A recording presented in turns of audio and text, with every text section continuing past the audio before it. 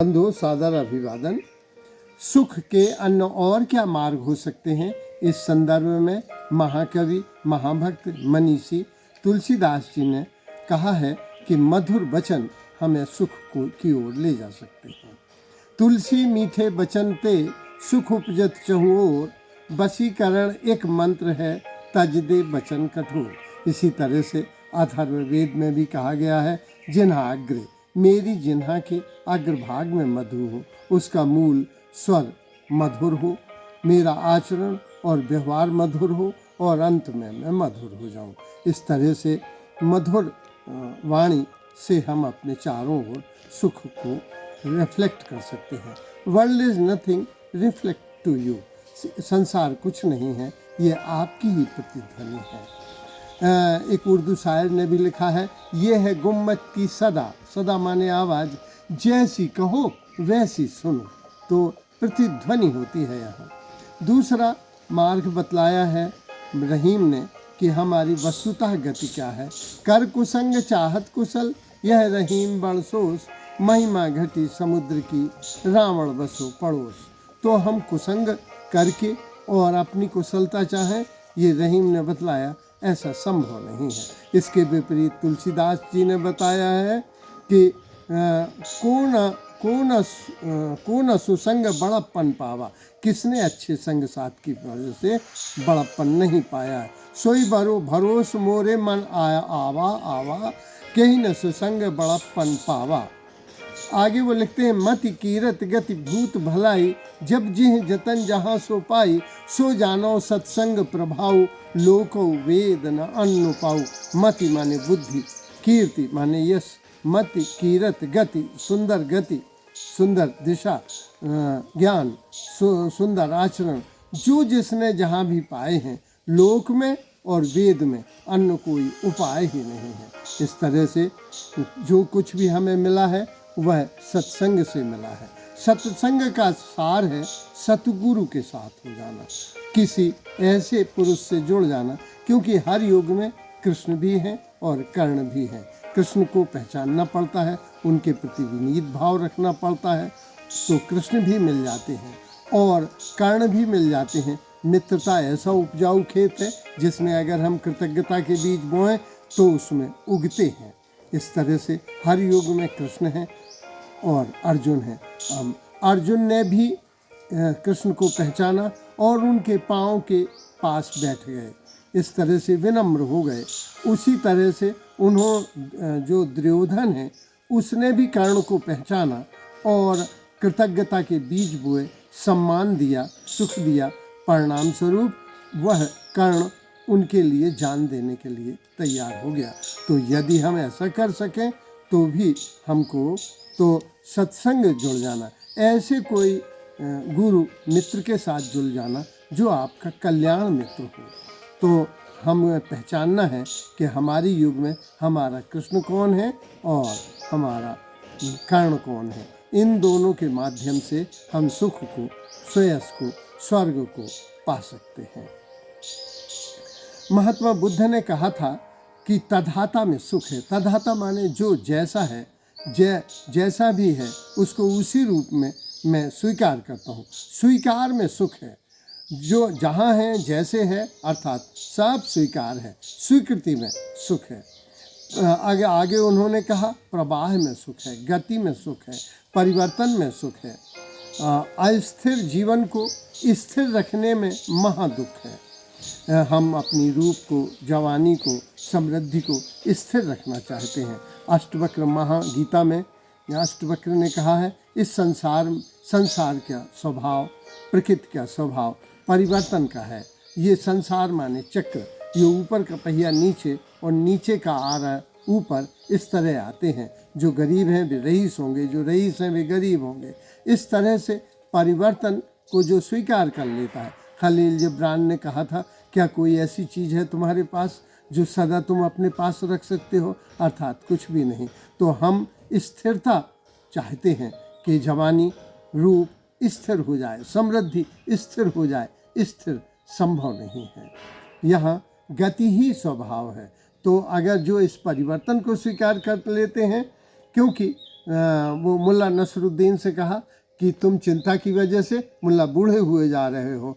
तो मुल्ला ने कहा यही तो चिंता है, तो हम बूढ़ा होने को भी रोकना चाहते हैं, मृत्यु को रोकना चाहते हैं। वस्तुतः ये चीज़ रुकने वाली नहीं है।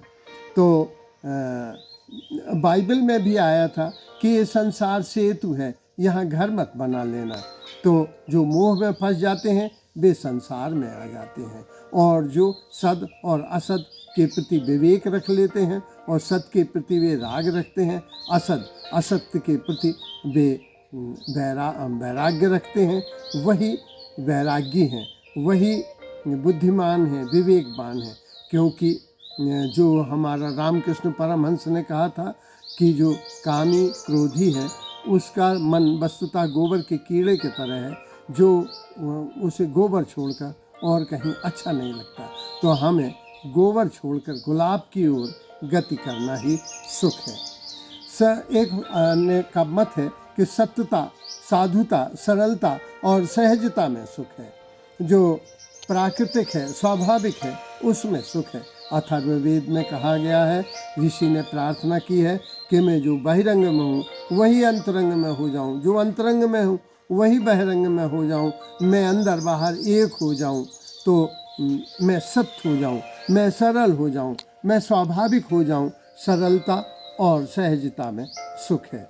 तो रामचरितमानस में इसका बड़ा है कि सुकर्मों में सुख है और दुकर्मों में दुख है। अयोध्या कांड के 91-92 दोहे के बीच चौपाई आई है, जिसमें लक्ष्मण जैसा भाई राम के लिए कहता है, को काहू न कोहू सुख, काहू न कोहू सुख कर दाता, निजकृत कर्म भोग सब भ्राता। इस संसार में अपने अपने कर्मों को ही लोग भोगते हैं। एक ईरानी कथा है, एक चोर एक धनपति के घर में घुसा और उसने तिमंजली की खिड़की पकड़ी और खिड़की में समेत वे नीचे आ गए और उनकी दोनों टांगें टूट गई। तो उस छोटे छोटे राज्य होते थे, उस चोर ने राजा से कहा कि इस धनपति ने ऐसा मकान बनवाया कि मेरी दोनों टांगें टूट गईं, इसलिए मुझे मुआवजा दिलाया जाए। छोटे छोटे राज्य होते थे, धनपति को बुलाया गया। धनपति बोला, मैं तो अपनी दुकान पे सुबह 8 बजे से रात 8-9 बजे तक रहता हूँ, कारीगर ने मकान बनाया है, तो बढ़ई ने खिड़की बनाई है। तो कहा बढ़ई को बुलाया जाए, तो बढ़ई को बुलाया गया। बढ़ई बोला कि सर ये खंबा ही तिरछा बना हुआ था, ये दीवार तिरछी थी, इसलिए मैंने खिड़की ऐसी फिट कर दी थी जो हवा पानी से नहीं गिरती, लेकिन ये गलत एंगल से। तो कहा ये तिरछा खंबा क्यों बनाया? तो उसको राज को यानी कारीगर को बुलाया जाए। कारीगर आया। कारीगर बोला, हुजूर मालिक मैं आपसे झूठ नहीं बोलूँगा, वो रेजा इतनी सुंदर लग रही थी कि मेरा ध्यान उसके बार बार जाता, इसलिए। तो बुलाए राजा को, रेजा को बुलाया जाए। रेजा को बुलाया गया तो बोली, मालिक कितनी सुंदर हूँ मैं, आप दिख रही हूँ, ये हवा पानी में रहना पड़ता है। हाँ, लेकिन उस दिन मैंने, हुजूर झूठ नहीं बोलूँगी, एक सतरंगी साड़ी पहन रखी थी, सतरंगी दुपट्टे में देख रही थी। जब मालकिन के श्रृंगार कक्ष के बागल से गुजरी तो मैंने देखा मैं उसमें सुंदर लग रही थी।